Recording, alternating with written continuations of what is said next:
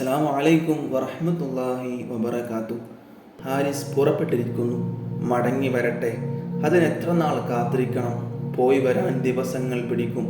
അബ്ദുൽ മുത്തലിബ് ചിന്തയിൽ മുഴുകി. വെറുതെ പിതാവിനെ കുറിച്ച് ഓർത്തു.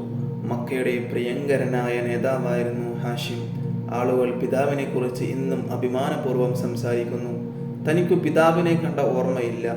ഉമ്മ വിവരിച്ചു തന്ന ഓർമ്മയേ ഉള്ളൂ. ഇതുപോലെ ഒരു യാത്രയിൽ ബാപ്പക്ക് രോഗം വന്നു.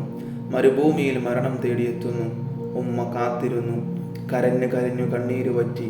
ബാപ്പ വന്നില്ല. ഒടുവിൽ ആ വാർത്തയെത്തി, ബാപ്പ ഇനിയൊരിക്കലും വരില്ല. മരിച്ചവർ മടങ്ങി വരാറില്ലല്ലോ.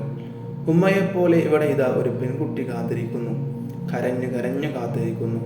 എൻ്റെ ഉമ്മയുടെ അനുഭവമാണോ ഈ കുട്ടിക്കും? എൻ്റെ റബ്ബേ, പൊന്നുമോനെ, നീ മടങ്ങി വരില്ലേ? ഈ പെൺകുട്ടിയുടെ കണ്ണീർ എങ്ങനെ അടങ്ങും? വൃദ്ധൻ ദുഃഖം കൊണ്ട് പുകയുകയാണ്.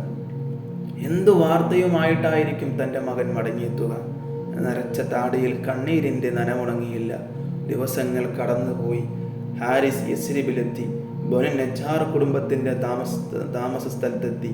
അവിടെ ദുഃഖം തളം കെട്ടി നിൽക്കുന്നു. ആരും ഒന്നും ഉരിയാടുന്നില്ല. എല്ലാ മുഖങ്ങളും മ്ലാനമായിരിക്കുന്നു. ഹാരിസ് വല്ലാതെ വിഷമിച്ചു. എവിടെ എൻ്റെ അനുജൻ? എവിടെ അബ്ദുള്ള? ഹാരിസിൻ്റെ വെപ്രാളം നിറഞ്ഞ ചോദ്യം. അതാ അവിടെ. ആരോ ഒരാൾ ചൂണ്ടിക്കാണിച്ചു കൊടുത്തു. ഒരു പുതിയ ഖബർ. ഹാരിസ് ഖബറിനരികിലേക്ക് നടന്നു. അടക്കാനാവാത്ത ദുഃഖം. കണ്ണുനീർത്തുള്ളികൾ ഖബറിന് മുകളിൽ വീണു ചിതറി. എൻ്റെ പൊന്നുമോനെ! ഹാരിസ് നിയന്ത്രണം വിട്ട് നിലവിളിച്ചു പോയി. ബന്ധുക്കൾ ഓടിയെത്തി.